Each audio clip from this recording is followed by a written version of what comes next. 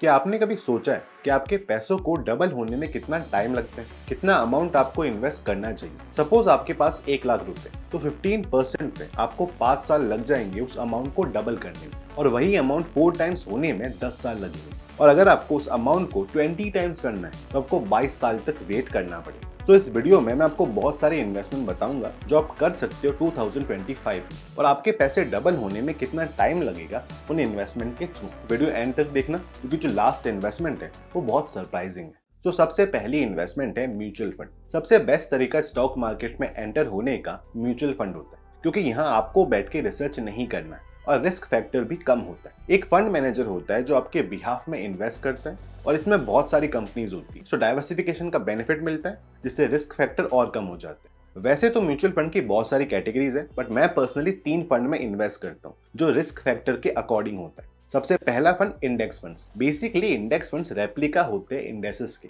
जैसे सेंसेक्स हो गया या फिर निफ्टी हो गया। निफ्टी 50 इंडेक्स फंड्स में निफ्टी की टॉप 50 कंपनीज आती है, जैसे रिलायंस, टाटा, आईसीआईसीआई, बड़ी कंपनीज आती है, इसलिए रिस्क कम होता है। अगला फंड है मिड कैप, जिसमें मिड कैप कंपनीज आती है। और थर्ड है स्मॉल कैप, जिसमें स्मॉल कैप कंपनीज आती है जिनकी मार्केट कैप काफी कम होती है। So index funds comparatively less risky होता है। फिर mid cap and then small cap आता है जो काफी ज्यादा रिस्की होता है, बट लॉन्ग टर्म में 5-10 सालों में सब अच्छा रिटर्न देते हैं। ऑब्वियसली स्मॉल कैप का रिटर्न ज्यादा होगा क्योंकि उसका रिस्क भी ज्यादा है, but index funds comparatively safe होते और स्टेबल होते। सो म्यूचुअल फंड में वहां आपकी इन्वेस्टमेंट ज्यादा होनी चाहिए कंपैरेटिवली मिड कैप के और स्मॉल कैप के। इसमें 3 चीजें हैं जो आपको देखनी चाहिए किसी भी फंड को सिलेक्ट करने से पहले। सबसे पहला है एक्सपेंस रेशियो, जो कमीशन होता है जो फंड आपसे चार्ज करता है आपके पैसों को मैनेज करने के लिए। तो जितना कम उतना बेटर। इंडेक्स फंड्स का सबसे कम होता है क्योंकि वहां फंड मैनेजर का ज्यादा काम नहीं होता, सिर्फ किसी इंडेक्स को कॉपी पेस्ट करना होता। अगला है AUM, एसेट अंडर मैनेजमेंट, मतलब कितना फंड वो कंपनी मैनेज कर रही है। ज्यादा अमाउंट बताता है कि उस फंड पे कितने लोग ट्रस्ट करते, और ज्यादा अमाउंट फ्लेक्सिबिलिटी भी देता है फंड मैनेजर को इन्वेस्ट करने के लिए। नेक्स्ट है फंड मैनेजर, जो काफी इंपॉर्टेंट होता है। सो उसकी परफॉर्मेंस रिपोर्ट जरूर देखना, क्योंकि वही आपके पैसे मैनेज कर रहे हैं। सेकंड इन्वेस्टमेंट है गोल्ड। अब इसमें आप सोचोगे कि मैं ज्वेलरी बाय कर लेता हूँ, वो इन्वेस्टमेंट भी हो जाएगी, बट ऐसा नहीं है, क्योंकि ज्वेलरी में आपको making charges, GST, locker charges देना पड़ता है। सो वो इन्वेस्टमेंट नहीं है। आपको गोल्ड में लॉन्ग टर्म में 8 से 10% का रिटर्न मिल जाता है, और जब स्टॉक मार्केट गिरता है तो गोल्ड की इन्वेस्टमेंट एज हेज काम करती है, क्योंकि वो ऊपर चढ़ता है। सो इसके लिए आप डिजिटल गोल्ड में इन्वेस्ट करने का सोच सकते हो, बट उससे भी एक बेटर इन्वेस्टमेंट है गोल्ड की, जिसका नाम है SGB, सोवरेन गोल्ड बॉन्ड। ये गवर्नमेंट इशू करता है, इसलिए ये कंप्लीटली सेफ है। इसमें आपको गोल्ड की प्राइस का अप्रिसिएशन तो मिलता ही है, उसके ऊपर से आपको 2.5% का एनुअल रिटर्न मिलता है अपनी SGB इन्वेस्टमेंट।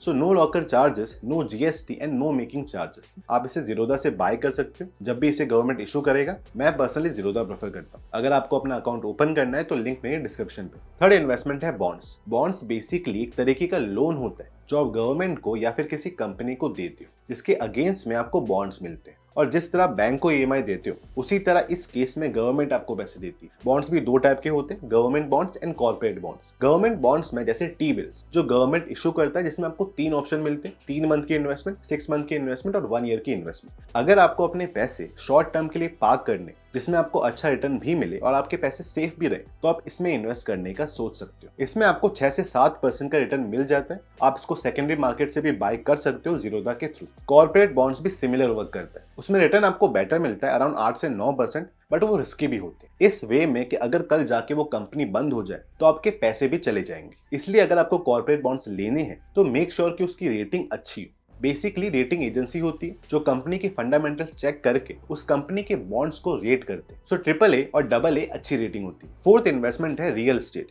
आई नो इसके लिए आपको बहुत बड़ा कैपिटल चाहिए, बट एक ऐसी इन्वेस्टमेंट है जिसमें आप कम पैसों में भी इन्वेस्ट कर सकते हो। REIT, real estate investment trust. India में अभी भी ये इनिशियल स्टेज पे, बट US में ये काफी पॉपुलर है। करंटली इंडिया में 5 रजिस्टर्ड REITs हैं। ये म्यूचुअल फंड जैसे ही होती है, मोस्टली कमर्शियल प्रॉपर्टीज में इन्वेस्ट करती है, क्योंकि वहां पर रेंटल यील्ड बेटर होती है कंपैरेटिवली रेजिडेंशियल प्रॉपर्टीज के। सो यहाँ से आप पैसिव इनकम भी कमा सकते हैं। एक REIT का एग्जांपल दे देता हूँ, बट ये कोई रिकमेंडेशन नहीं है, मैंने भी इसमें इन्वेस्ट नहीं किया है, और ना ही मैं सेबी रजिस्टर्ड एडवाइजर हूँ। सिर्फ एजुकेशन के लिए बता रहा हूँ। एम्बेसी पार्क REIT, जैसे इसमें आप 400 रुपए में प्रॉपर्टीज में इन्वेस्ट कर सकते हो। फिफ्थ इन्वेस्टमेंट है जो बहुत सरप्राइजिंग है, वो है FD। आई नो बहुत लोग एफडी को गाली देते हैं, बट इसका भी यूज है, मैं बताता हूँ कैसे। हम एफडी को गाली देते हैं क्योंकि वो 5 से 6% का रिटर्न देता है और इन्फ्लेशन भी उतना ही होता है। सो आपके पैसों की वैल्यू कभी बढ़ती नहीं है। इसलिए हमें बोला जाता है कि आपकी कोई भी इन्वेस्टमेंट एटलीस्ट इन्फ्लेशन को बीट करनी चाहिए। बट एफडी इमरजेंसी फंड के लिए सही है। अब इमरजेंसी फंड क्या होता है? सपोज आपकी जॉब चली जाए, आपकी फैमिली में कुछ इशू आ जाए और आपको अर्जेंटली पैसों की जरूरत है, और छोटी मोटी इमरजेंसी कभी भी आ जाती है। अगर आप हर बार अपनी इन्वेस्टमेंट तोड़ोगे तो आप लॉन्ग टर्म के लिए कभी इन्वेस्ट कर ही नहीं पाओगे। सो किसी भी इन्वेस्टमेंट से पहले अपना इमरजेंसी फंड बनाओ, जो as per definition 6 times of your monthly expenses होना चाहिए। बट मैं आपको सजेस्ट करूंगा कि 8 से 12 मंथ्स ऑफ योर सैलरी होना चाहिए। सो इमरजेंसी फंड आप एफडी में पार्क कर सकते हो। हाँ, वो आपके पैसों की वैल्यू बढ़ाता नहीं है, बट वो गिराता भी नहीं।